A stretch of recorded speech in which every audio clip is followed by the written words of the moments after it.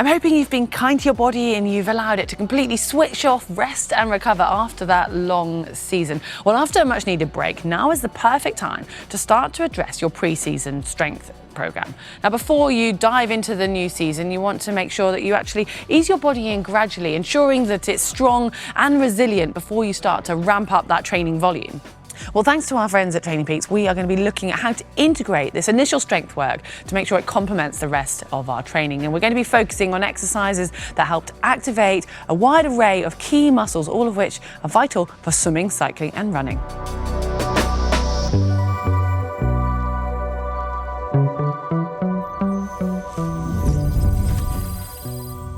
Before we do crack on, just a quick reminder to subscribe, and why not hit the bell icon so you get notified of every video we have. Oh, and do give us a like as well. So the idea of this video is to prepare the body, and for the sake of the video, I'm going to presume that we're starting from scratch here, and we want to be waking up those movement patterns. So putting load back down through the tendons and getting the neuromuscular systems firing again.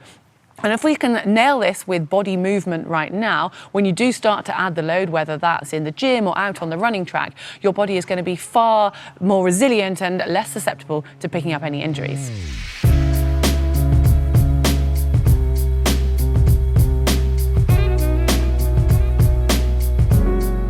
I just want to quickly address goals and how you actually fit this into your training. Now, starting anything new or incorporating something you've not done before can be really hard to motivate. So I would suggest putting it in your training diary and starting off by aiming just to do 2 sessions a week. If you do have more time and energy, you can later on build that up to 3. But I personally find that a Monday and Thursday works quite well for my strength training, or a Tuesday and a Friday, both of which allow you enough time to recover in between, but keeps your weekends free for other plans. And setting these goals on your TrainingPeaks app or whatever app you use is a really great way to help you make sure that you stay accountable every week. Well, with this focus being on lighter intensity, the main equipment you're going to require are some bands, some free weights, a physio ball of some sort, and ideally some cables if you can find. Now, I've chosen 8 exercises for this video, and they will cover most of the aspects required for a strength-based phase.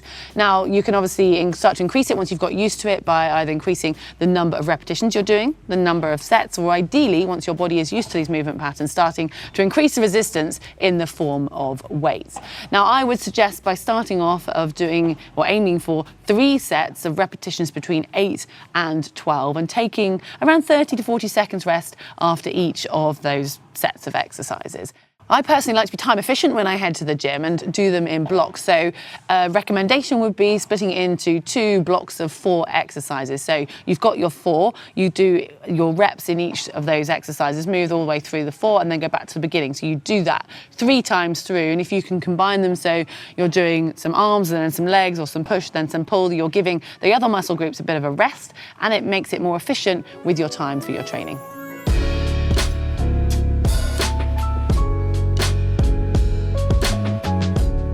Okay, it's time to crack on with our first exercise, the reverse lunge. So for this, you want to just start by standing with your feet hip width apart, and you're simply going to be doing a lunge backwards. So you're going to take one leg back behind you, dropping down so that your knee almost touches the ground but doesn't quite. And from there, you're going to drive your knee up towards your chest into a 90-degree position. So 90-degree at the hip, 90-degree at the knee, using your arm, if you can manage this coordination, to replicate the running gait. And then you're going to repeat that on one side.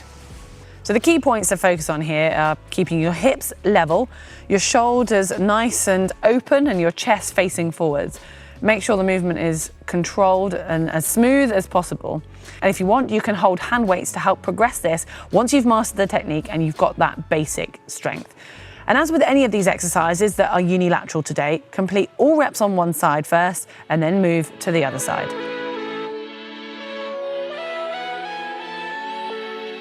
For the bent over row, you need to find yourself just a single dumbbell and keep it fairly light to start with until you've really got that shoulder stabilization dialed in. You also want to find a weight bench or something of a similar height. So you're going to put one knee on that bench, and then your spare arm that you're not lifting with is going to have your hand resting and your arm locked out. So hopefully your back can be nice and horizontal. If you can do it somewhere near a mirror, then even better, so you can make sure that your spine is neutral and, most importantly, that your shoulders are remaining level. You need to keep an eye on your shoulders to make sure they remain level through the whole movement. So with the weight in your hand, you're going to have your arm extended towards the ground in a relaxed form, and then start by setting your shoulder blades. So pulling your shoulder blades together so your shoulders are level and neutral.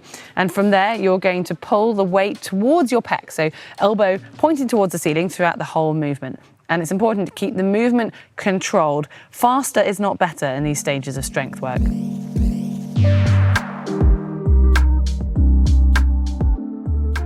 The crab walk is a really nice, simple, basic exercise. We're going to do it without any equipment to start with. And you're simply going to squat down into a nice low position, keeping your shoulders nice and open, and you're going to take large steps in one direction sideways and then back again, and you'll find you're activating those glute muscles. If you find it really easy, you're either not doing it properly or you're ready to progress. And if you are, then simply add a band around your ankles, but really focus on still keeping that movement smooth, and you'll really start to feel the burn either side of your glutes. And it's also a really good exercise to use as a pre-run activation.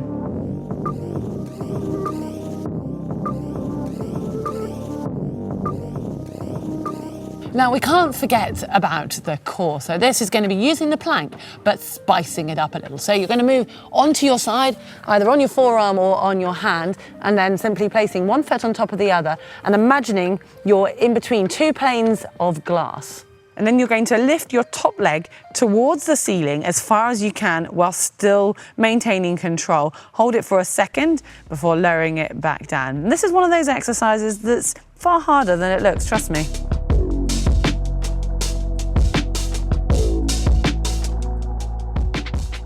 So this is a variation on the standard chest press, and adding in the Swiss ball adds that element of control with your core, but also just makes it a bit more fun and interesting. And it's a perfect mix up when the weights are nice and light and the emphasis is really still on the movement patterns.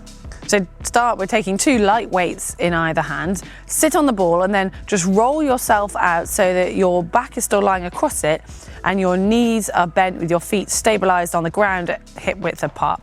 And once you're in position, then you're going to simply move through the full chest press, making sure to take your elbows down and opening up the chest on each of the repetitions and then fully extend out in front of you. Activating the posterior chain is always really important because we spend so much time in that protracted position, whether that's cycling, whether that's sat at our desk, we'll spend more of our time in that. So we need to counteract that. So for this exercise, you're going to start by lying face down on the ground, and it's purely body weight, and it is a small movement, but it's still really important.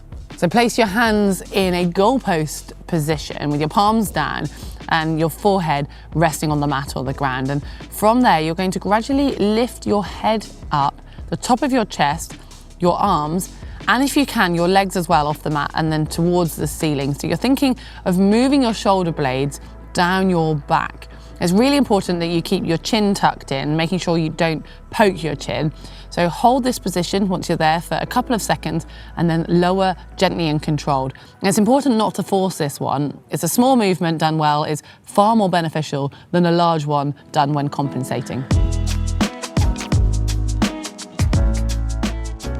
The good old squat. It shouldn't need any introduction and it certainly doesn't need reinventing. We're going to start with just body weights. We're looking at the movement pattern, and having a full range of movement that is smooth is actually harder than you might realise. And you might notice any tight areas when you start to do this. So standing with your feet just a bit wider than hip width apart. And if you do have a mirror nearby, that can help to just check that you've got the movement nice and controlled. And make sure your hands are just somewhere where they feel natural and balanced and that your feet are facing forwards. So you're going to lower your body down, keeping your chest up and trying to keep that natural lordosis, the curve in the bottom of your spine. Once that starts to flatten, it means you've reached your limit and you need to return back up to standing. And this is naturally an easy one to progress. You can simply do that by adding a kettlebell that you hold in close to your chest. Well, the hamstring curl with the Swiss ball is going on the same principles as earlier. So you're going to be engaging your core a bit more and just making the exercise generally more interesting. But instead of resting your body on the Swiss ball, this time it's going to be your feet. So lying on your back on the ground and your feet resting on the ball, you need to lift your bottom so your body is a straight line from your shoulders to your feet. And then squeezing your glutes, you're going to simply pull your heels towards your bottom as far as you can whilst remaining balanced and controlled. And this is another one of those exercises that looks really easy, but it will soon get the hamstrings. And to progress this, you can move to a single leg, but I warn you, it's really quite a big step up, and it does require a lot more work from the core to make sure that your hips remain level.